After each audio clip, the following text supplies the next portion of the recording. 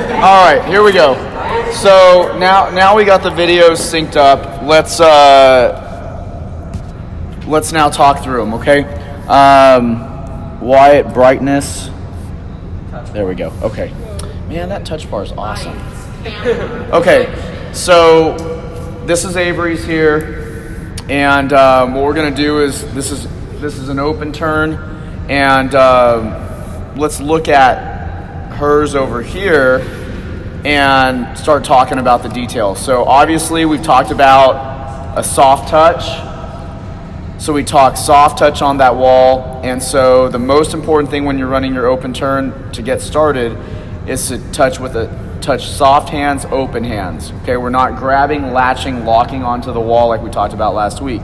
Now, one thing that she does that I want everybody to pay attention to is that she hits that wall with both straight arms, but as a quick note, if you really look carefully at her turn, her left arm, which is the one that's going to peel away from the wall, it starts actually bending a little bit beforehand as she's coming into that wall. So, because she knows that the left arm is going to peel away. But the problem is that if it starts to bend just slightly before, at least it's sort of looking like that, what does that mean? That means that potentially it could be considered a non-two-hand touch, or it's delaying her to really get that hand into the wall. So make sure that you come in fully straight until the fingers hit, then let the arm do its thing, then let the arm bend. So as you can see here, we are almost into the wall. Let's come over to this video. And maybe I'm wrong. And I'm wrong. Okay, so underwater video shows that she didn't compress that left arm early. But above here, it sort of looks like that left arm is sort of bent. Do you guys see what I'm talking about? So that's why it's so good to have two angles here, is that while on top it looked like it was off, underwater it looks like she's on the right track. Now, she's just made contact with the wall. Oops, I better click it. She's just made contact with the wall. We're at the same spot in that turn.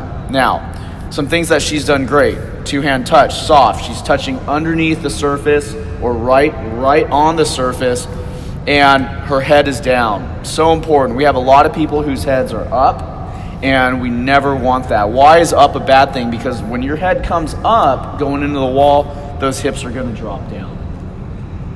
So if the head is peeling up, as the hands are not even connected yet, your hips are going to drop. And what is that going to do for your turn? It's actually going to slow it down. We all know the hips are supposed to slide into the turn, but remember, you're trying to get to the wall as soon as possible. So if you start lifting your head beforehand, you are slowing yourself down. You're putting on the brakes. And we want to hit that wall as fast as possible so that we can spring off of it. So if we're looking at our open turn, step one, hit the wall with straight arms, locked arms. Stick the wall, okay? So when you hit the wall, straight arms, locked arms, stick the wall, open hand.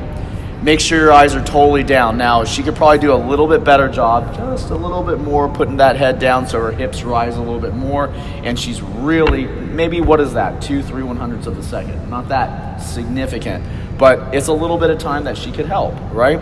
So if the eyes are fully down, that's ideal. But look at her body position. She's totally flat. Her toes are pointed clearly in that angle. We're moving in the right direction. Okay. So the next thing we talked about is that she wants to turn the hips. Now, if she's coming off on her back, there are a couple ways to do this. So if she's coming off on her back, yes, the knees are going to go straight up to the chest and unfold. However, she's coming off on her side. So as you can see from this video, she's gonna come off on her side. I recommend starting the hip turn right now. So as her hands are starting to, as her left arm, as you can see, her left arm here is peeling back. So her left arm is peeling back from the wall, about to set up in the half streamline. Remember, we worked on this week is that we want that to turn the hips. So in one motion, the hips are turning so that they can easily slot in and what? Remember, we kicked this soccer ball from the side, right? Whereas right now what's happening is that she's bringing knees to chest, and then at the very last moment, she's unwinding them. Why is that a problem? It's a problem because when she went knees to chest, what happens?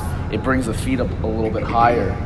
And then she turns the feet, and then she sticks them too high on the wall.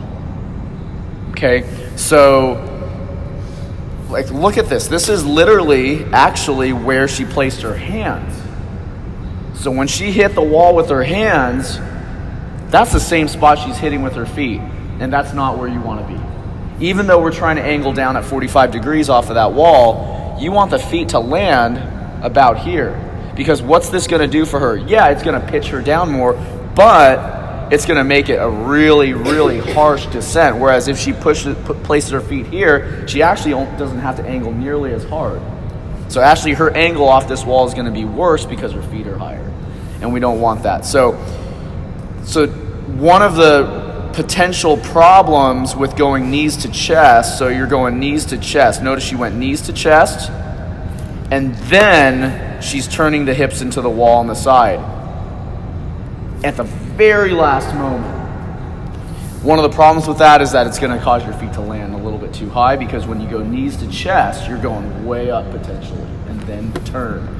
But if you turn out the back, so if you touch the wall and you start rotating your hips and you get your knees pointed off to the side like this, like you want it to look like this, all the way back there. So like there, the hips are already turned, the knees are facing the side, and she's just soccer ball kicking the feet in. You guys following me? Okay. Now, from the top view, you're not really going to see much of that. So you're going to see the knees come to the chest, but it's kind of hard to notice. From the top, it looks like a great turn. So from the top, it looks very, very good. And because all you really see is the knees coming from the side right there, and that looks great. But underwater, it's a little bit inefficient. And from the top, you don't see how high she really plants, except for like right there. So, but even then, it's kind of hard to judge the depth of that until you see right there that we are way too high on that wall. Okay? Now, let's talk about one of the really good things that she did do. And you see it right here. His feet are hidden. One foot is hidden behind another. So one foot is hidden behind the other foot. It's fantastic. She's creating a low profile for those feet to come in. If she has her feet separated like we saw, like Rachel did last week, if the feet are separated, what's happening? Both feet are having to move through the water. And that's creating tension and work, extra work.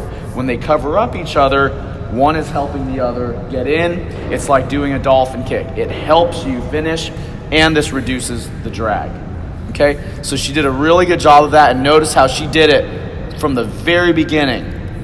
Feet are nice and tight from the very, very start here, overlapping, and then she does a really good job finishing that motion and splitting them at the very end. So all of that is fantastic. The two things I would say need a little bit of improvement on are, number one, where she does the rotation. And for everybody, the moment you stick the wall, so if we back up right to the moment that she sticks the wall, the moment that she sticks the wall right there, that is when two things are about to happen in domino in succession. Okay, so the wall stick, and at the same time, maybe not domino succession, at the same time, right after this, as that left arm, or if you choose your right arm, if your right arm peels back, that's great. Whichever arm peels back, that is the puppeteer. And that is going to turn the hips, not push the hips in, not roll the knees into the chest. It is going to literally, on a lever, turn the hips off to the side at the same time, and then they can slide in together, feet over feet. So right now, the only error is that the opening half of the turn, this to here, is just misrotated.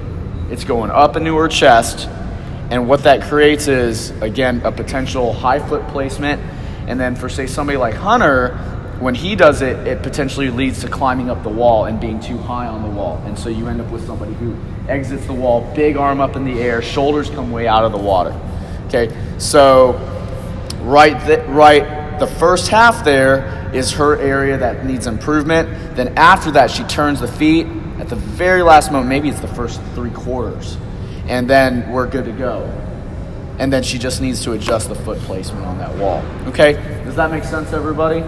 So it's really, really important. After that, everything after that point is your push off. And bottom line is, when you push off that wall, you want that push off to be as strong as possible. Now, what I want to show you is what a good job she does.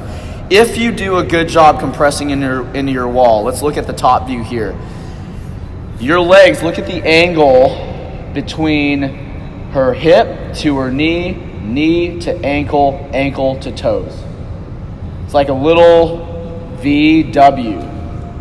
Notice the hip, or like the hip to the belly button to the hip, and the toes to the ankle or the heel, pretty much the same angle. Notice in the middle is a nice tight V. It's not an I. So if you find yourself that you're like all the way up here making an I, there's no space, that's not a good position to be in. Sometimes you might be thinking, okay, I need to form that because the tighter it is, the bigger of a spring I'm going to get. No, not necessarily. That only really applies for breaststroke kicking. Breaststroke kicking, you want your full range of motion. On a turn like that, you need to have a decent amount of space. Okay? And what's that space look like? You're probably like 45 degrees. 45 degrees right there, maybe 50 degrees. So, but the bottom line is you want to play with that. Play with the amount of spring you get. Try to come in and come too tight to the wall. Try to come in and barely bend your legs. And start playing with which one gives you the best push-off for you. How do you measure the best push-off? By feel, by distance that you get off the wall without doing an underwater kick, and simply by racing people. If you both go into the wall at the same time and you play with that, how much compression you have in those legs, and you do none, a lot, too much, just right, play with that amount of compression to find what works for you. Different people are going to have different ones. Me, I have a different amount than somebody who's 6 feet tall. We all have different compression amounts, but there's a general rule, a general amount of degree or bend between or at the knee. Okay? So, and you can see underwater. So to me, for Avery, this is like ideal. She's got a great compression on there, and then she comes off the wall nicely. What does that look like from the side? Just like that. Almost like she's sitting in a chair. So the amount of compression you get should be equal to if you were sitting in a chair. Look at that. There's the angle. It's maybe sitting in a chair or slightly lower. That's why you just got to play with it, whichever one works for you. Notice she's sitting in a chair or maybe lower because, see, the shins are tucked in. That would mean that she's sitting lower than the chair. So that's where you get, maybe 60 degrees, 45 degrees. Okay? All right, so there is an open turn. She's got a great push off. Notice, great spring. And when you push off, you don't want to push off lightly. You want to give it a good, heavy push as if you're trying to go for your maximum high jump. So if I said vertical jump, how high can you go? Every wall, you want to be thinking, what can I do if this was a vertical jump? Could I get to that maximum height? Anything less than that, and you're giving up free time. So if you only push off, let's say you're vertical. If we jump right now, and your vertical is, who knows their vertical?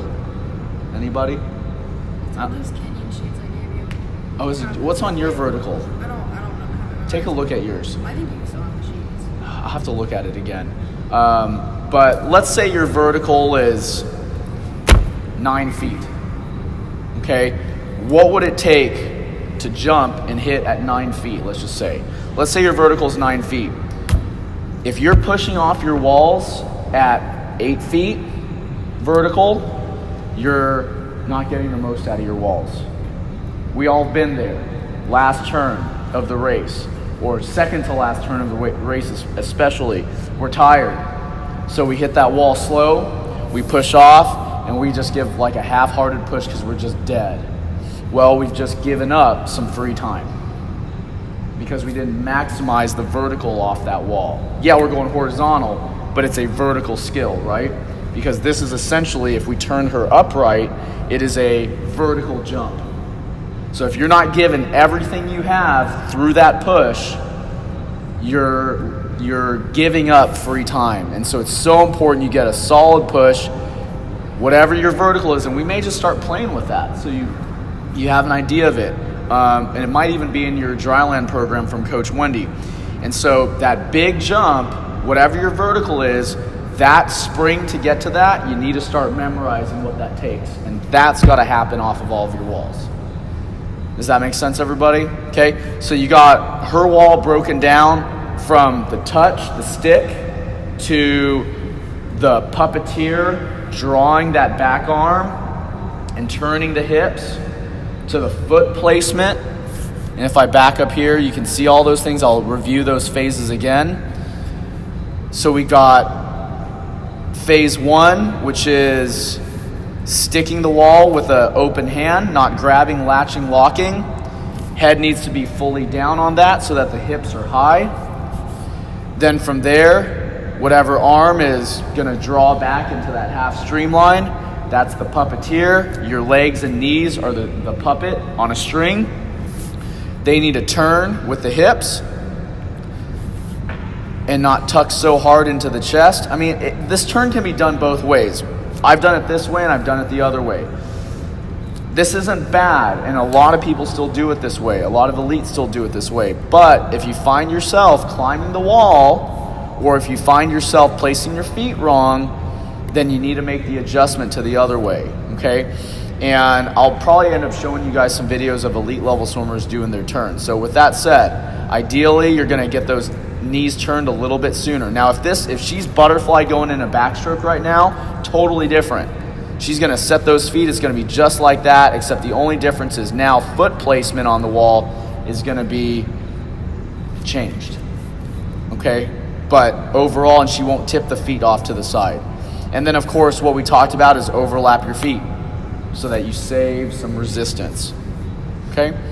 Then from there, we're off the wall. Now, let's talk about one last skill on your open turn, and that is what happens with your upper arm. We have yet to talk about that. So if we come back over here to the overview, this is a big reason why I chose to do this shot, is because it shows what the arm that's on the wall needs to do afterwards. So notice how right when her feet are about to hit the wall, there is a nice even exchange. How do you know when to let go of the wall? We talked about it last week, but let's back up to her underwater shot right over here. How do you know when to leave the wall? Okay, so let's focus on her right arm. So her right arm is right there. Her left arm is backed out. Now, how do you know when that right arm or the arm that's on the wall should leave? You know, because if it's straight, if your body is rotating into the wall, and we kind of discussed this last week, if your body is rotating into the wall, there's going to be a point where your hips and knees drop under your center of gravity and are going to peel your arm naturally off that wall, right? Because if this turns and I'm tipping this way, it's going to move my shoulder away from the wall. The longer you hold on and fight that, that's why you don't want to latch onto the wall, you're going to get stuck. That's going to slow your turn down. So there's that sweet spot. Your hips are falling underneath your body, the shoulder is backing away, and right when that happens, you want to that's your release point. Okay? So take a look at Avery here. Here's her right arm. Watch her left shoulder. Her left shoulder is backing away as her hips are rolling in. Her left shoulder gets so far, notice how her left shoulder's backed out, she can't hold onto the wall anymore. And so now she's naturally got to let go of that wall. And now her momentum from the speed going in, hiding the feet, all of that is helping her to just finish off that wall. Okay? So that's how you know when to release.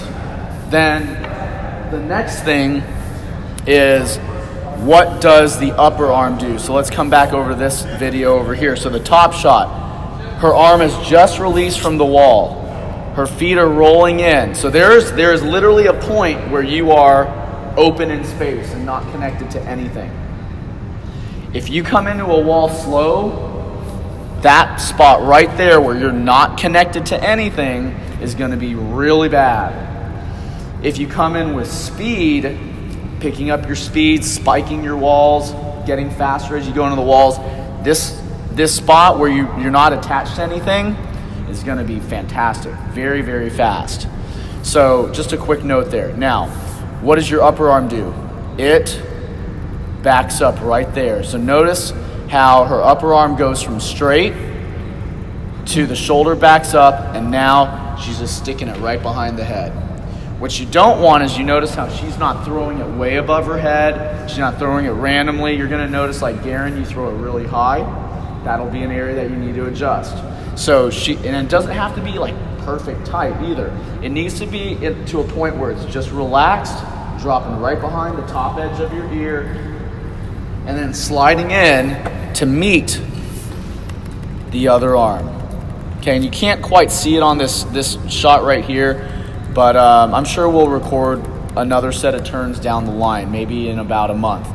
And so what does it do? It is going to go back right behind the ear, slide in, and meet up with that puppeteer arm that backed away. Okay, so that's the really important thing to notice. And notice how everything is in line right now. All skills are in line, all pieces, back of the heels, bottom, shoulder, they're all in line.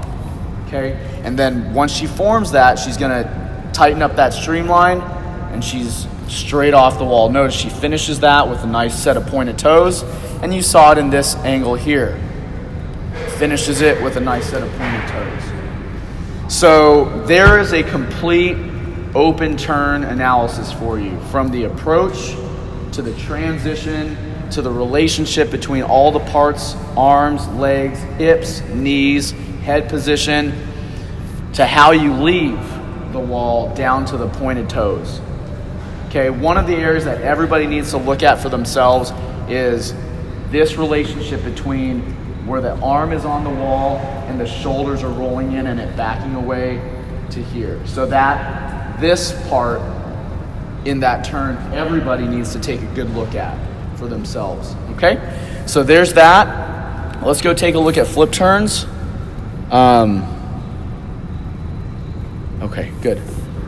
So everybody's and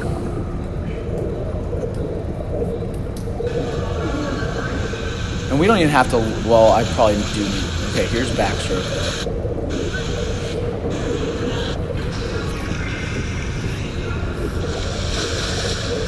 Was Hunter, were you the last person to go? Okay, so Avery's gonna go over backstroke right now, probably. Okay, good. So let's take a look at Avery. We're at, what, 130?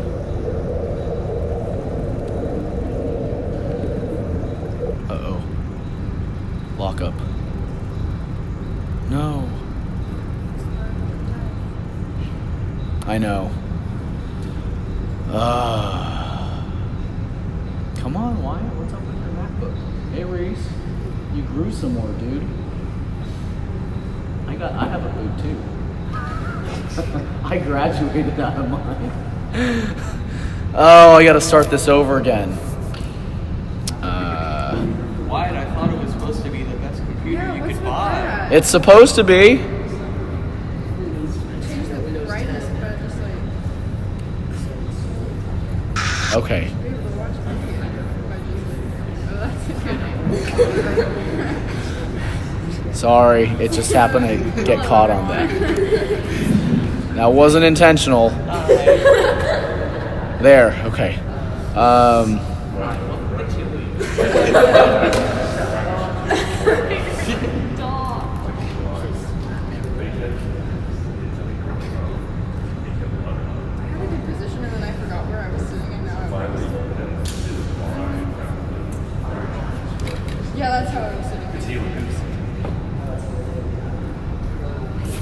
Is that you, Avery? It is. Look at that. I nailed it. I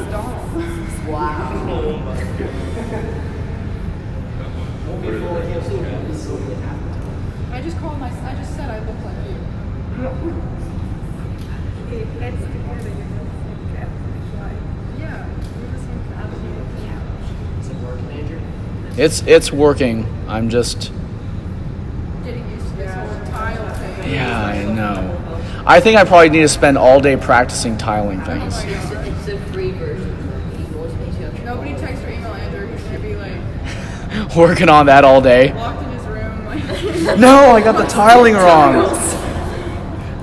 Got the tile. Oh, dang it. I pulled the wrong video. I'm like all thumbs. And then I just lost my other video.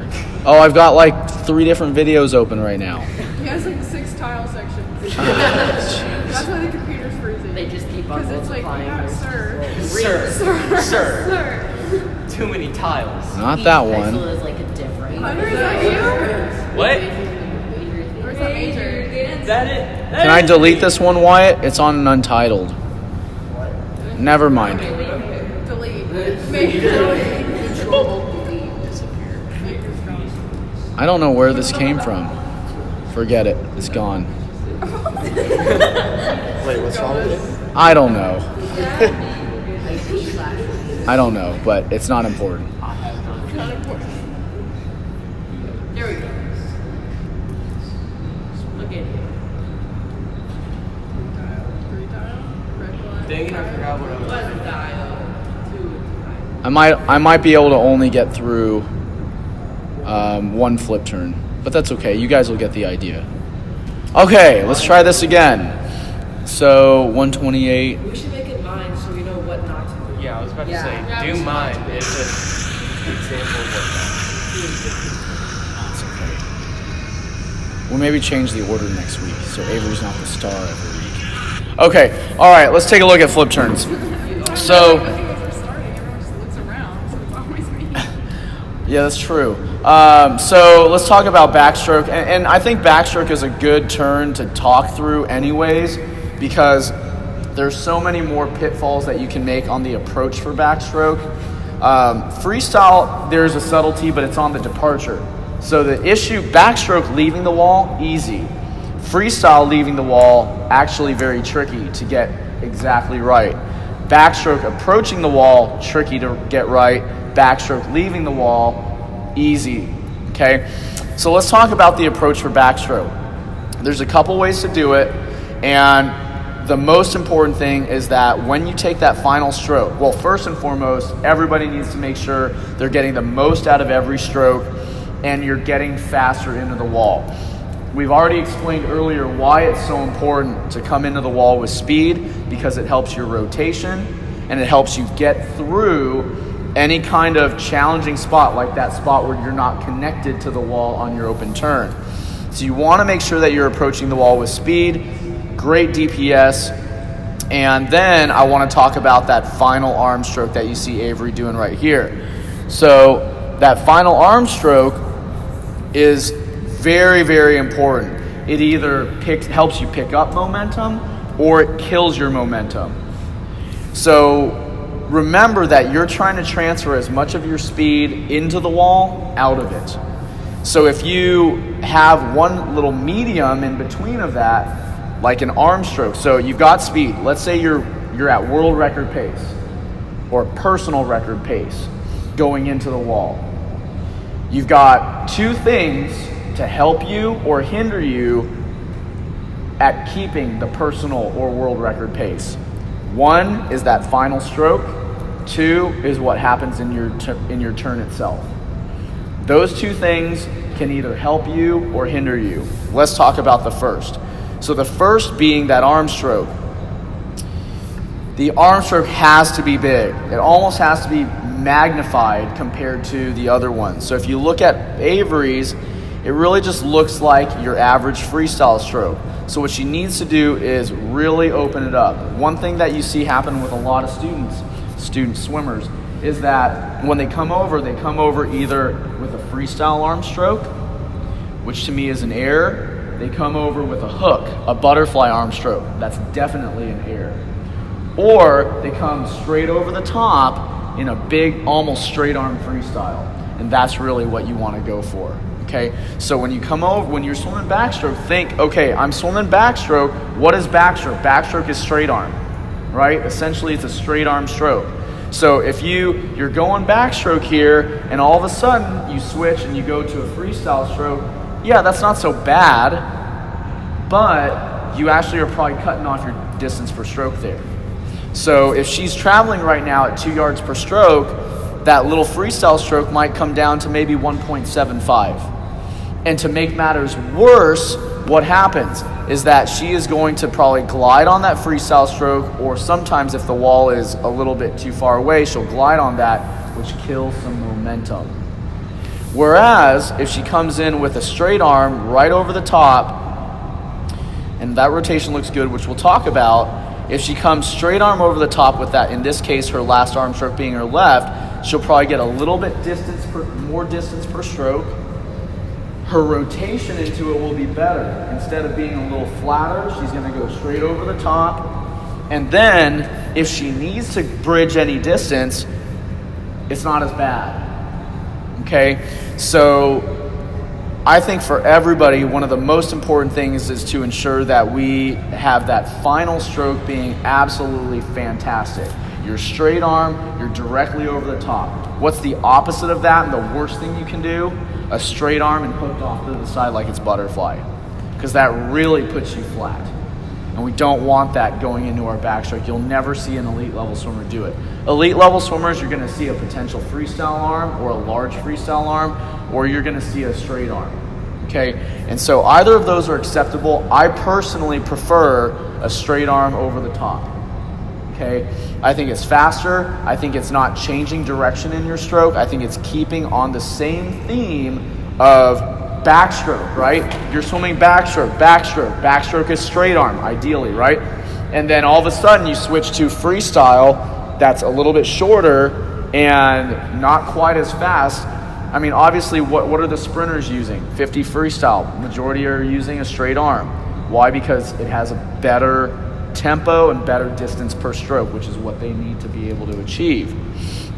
Whereas your middle distance swimmers are not really running a straight arm, they're running more of a bent freestyle arm, and so that is more suited for middle distance conserving energy.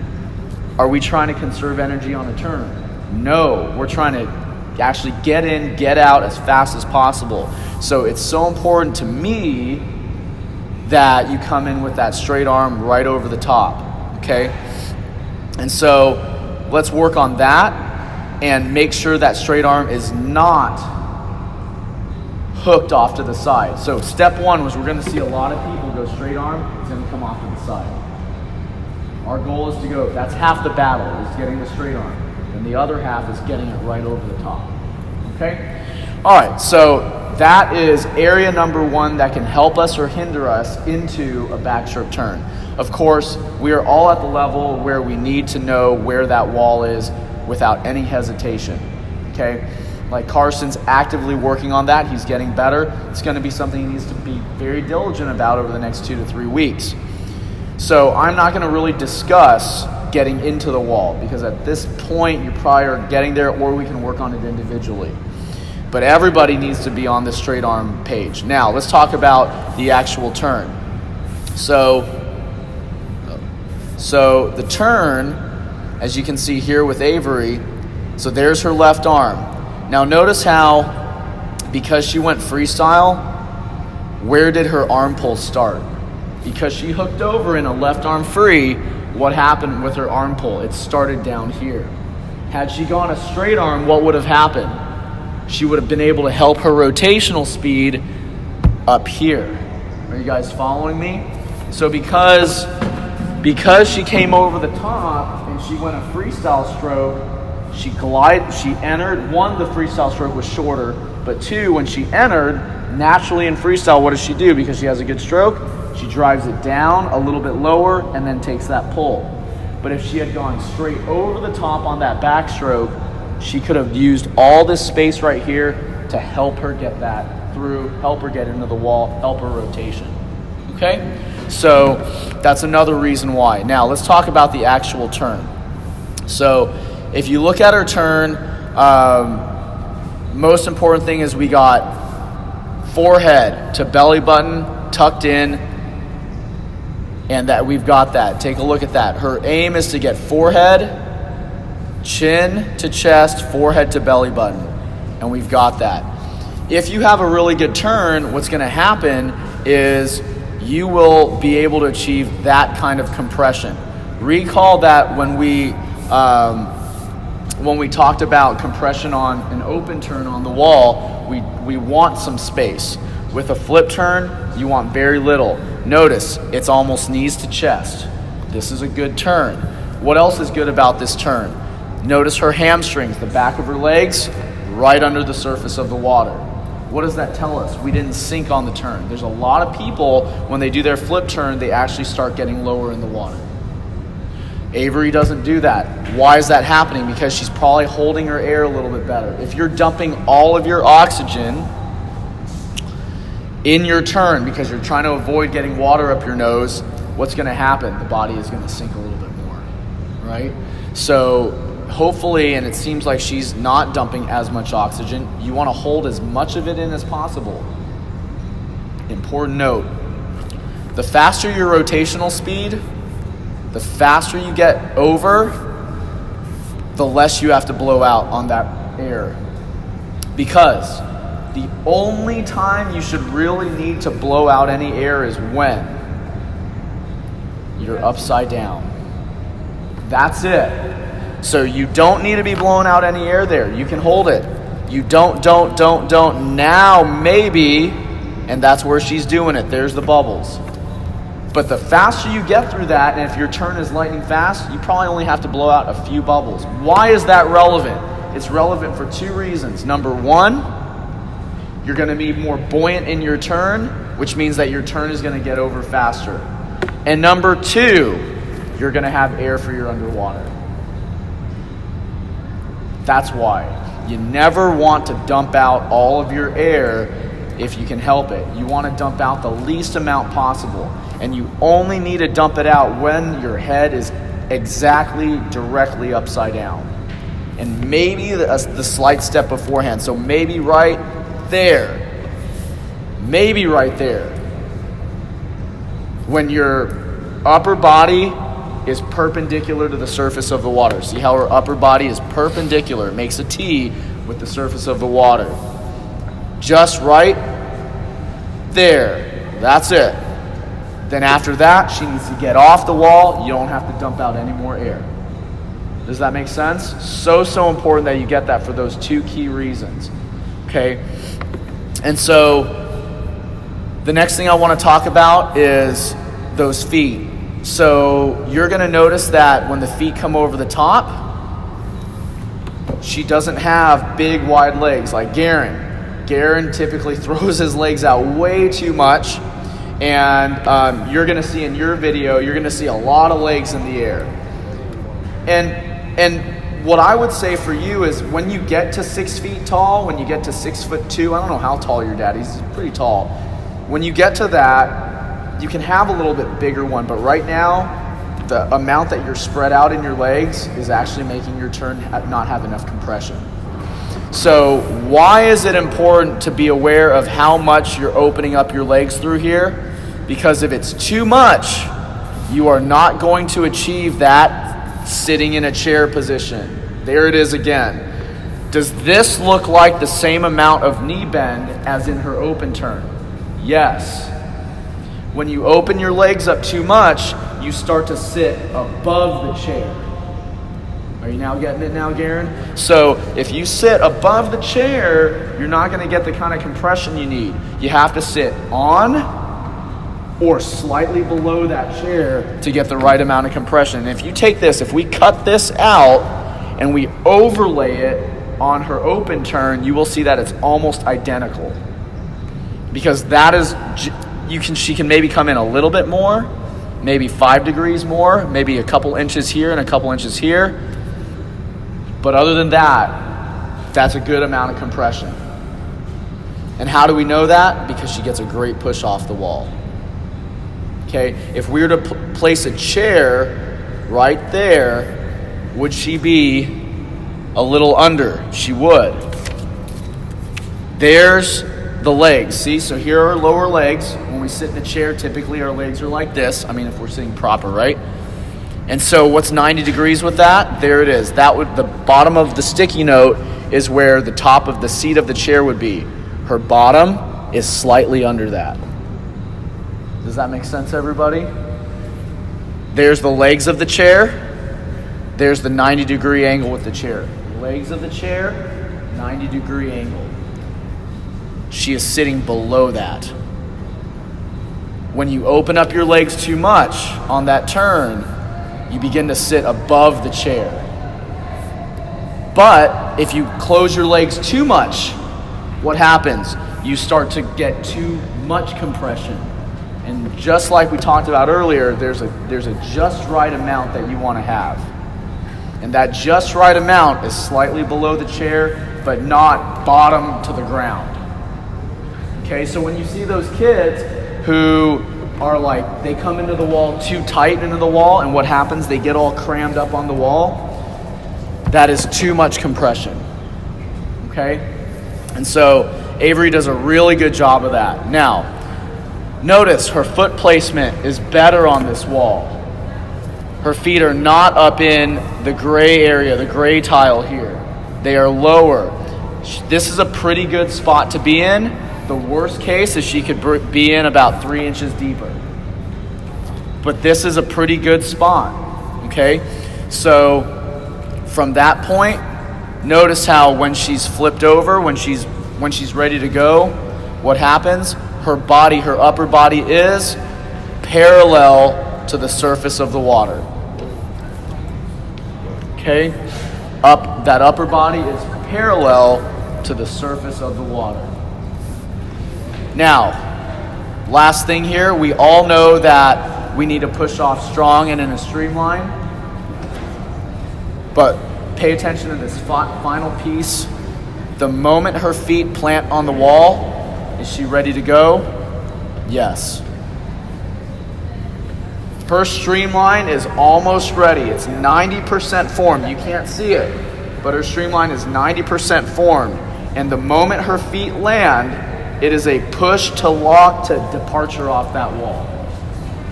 And she finishes with an excellent toe point into that 45 degrees. And there it is, toe point into that 45 degree underwater. Does that make sense? Okay, cool. Okay, All right. so there's your turns. Open and flip for backstroke. We can talk about freestyle and the little subtlety when you come off the wall.